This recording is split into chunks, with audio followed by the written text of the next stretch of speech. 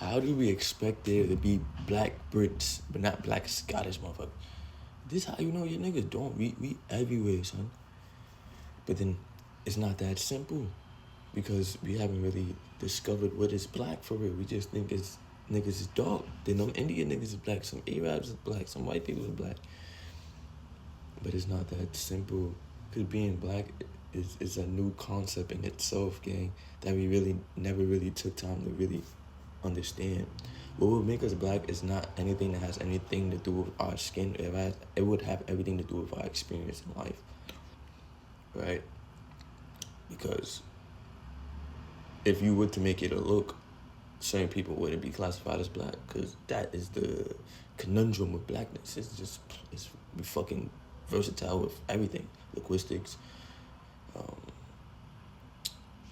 biology, you know what the fuck I'm talking about. Fuck, man. But nah, not for nothing though. You do research on like ancient times, you know, antiquity and shit like that, especially in Europe, which is all over.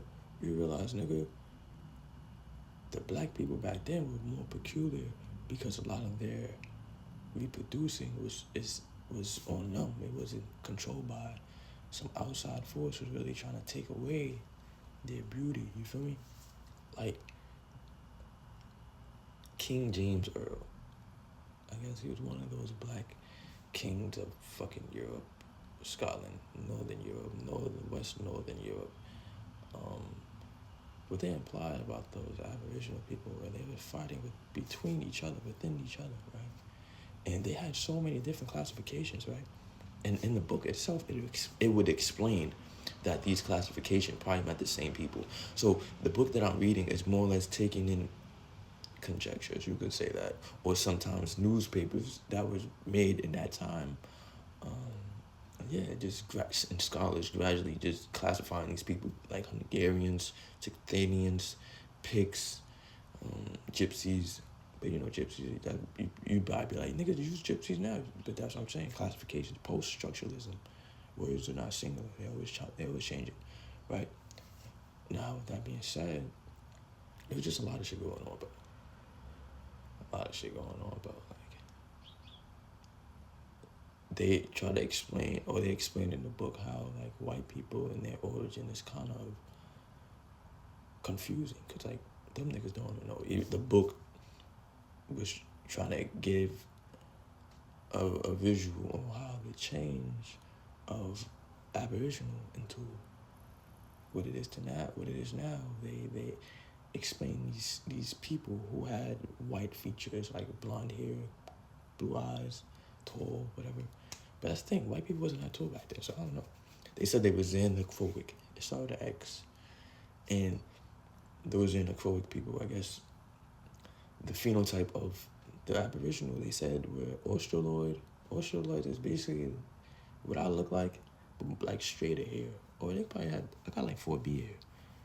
But yeah, they probably got way more straighter hair than that. They also said Australoid has prominent bridges, like this shit's beastie. But the Australoids of today are way more Australoid, if that makes sense. They have more of the Australoid look because they was more or less segregated from other people, allowing them to promote more of that Australoid look. The people back then, the Australoid niggas, you wouldn't really tell them from the Africoid or the Mongoloid. And the Mongoloid is complicated in itself because like the Filipino people, the dark, you know, Asian looking motherfuckers, they would be classified as Paleo-Mongoloid, right? And the pale looking motherfuckers would be like Neo-Mongoloid. They just call them Mongoloid motherfuckers. But they also said Mongoloid was a very disrespectful term because it associates to being dumb, right? But like I said, post-structuralism words are not singular.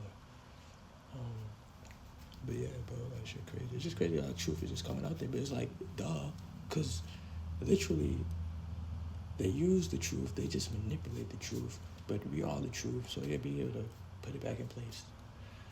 Yeah, that shit's crazy, bro. Word, bro. I was more attached to their culture or the things they would get into. They didn't like wearing clothes, barely wore clothes. They put tattoos or just blue orc in their bodies. They wear totem sometimes. Totem, the chieftain. A totem is like helmet, but it's an animal head. That, and sometimes they embody the head of that animal. That's interesting because like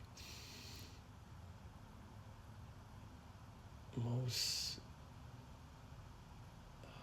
man, I mean, all people when they, I was about to say football players, but black football players, when they play, they tend to have this drive that is just crazy. Like Ray Lewis, like it's this certain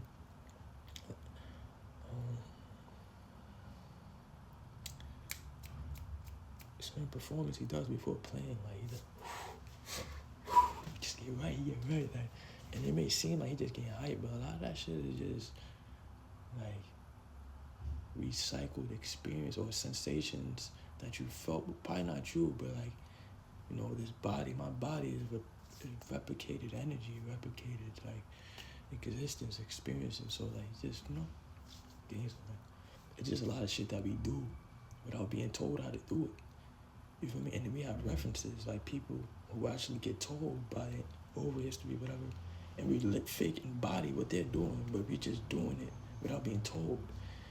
It's like even if you wasn't told certain cultural things, you still do it because what you was doing was before the establishment of rituals and traditions, right? Shit crazy.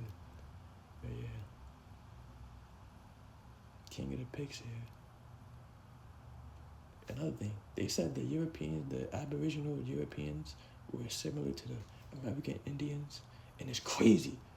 Cause I just told you the Australoid motherfuckers is what they look like, but I was reading another book about, it wasn't completely about America, it was about when the world was black. So it's giving me a summary of the migration path from East Africa, the Hazabi people. First we talk about Africa, like the migration within Africa was crazy. The Hazabi people, they went south, turned into the Cohesion people, then Central, then Congo, then the Bantu people. They talk about haplogroups, they talk about all types of shit. Then they talk about how people went to fucking Arabia, Nubian complex. That was a culture. That was, I think, something that led into the Egyptian culture, whatever. And gradually they keep on going east. Then it's the Toby eruption. Toby eruption, they feel like was the prominent reason that we have Australoid people, because that experience, they had to adapt, they had to change. But then also implied people were leaving prior to the 70,000 year mark, right? There's a lot of shit, man. And all of this is about just discovering what's going on. It's not actually what we're told or we're learning, is just what we discovered. But then hummingbird effect is important because a lot of what we experience is not controlled. It's just some immaterialistic force that's put into place, right? So that means what we discover is supposed to. I'm not gonna put y'all out. I'm not gonna put y'all out too. But yeah, like so they kept on going east. Some went north to Europe, and that's when the Aurigasian culture. I think I'm pronouncing it right. Aurigasian culture is important because certain characteristics and just traditions resembled a culture that happened like 40,000-50,000 years ago. The name of that culture was still Bay culture, and how we support culture. Basically, they was ahead of their time, and they implied that most inventions happen when a plethora of different people come together and use their ideas or use their experiences to help, create something bigger. A lot was going on, bro. A lot was going on with agriculture. Microlith. Microlith is like using, it's like trees and shit like that, bro. Like, word, bro. I really tapped in. I'm not playing about this shit. Then they talk about the DPPs, diminutive black people, how they were the original. Shit get crazy, bro. Like, there's so much out here, so much information. And honestly, I don't like try to put shit set in stone because there's always a different perception that I can learn from. But yeah, finally we get to the Americas. They tell us how these niggas had like an Australoid look. Long dosophilic. Dosophilic means elongated faces. They didn't have the brachycephalic rounded. You feel me? That's more Mongoloid. And actually more Bantu people have more like the broad heads and shit like that.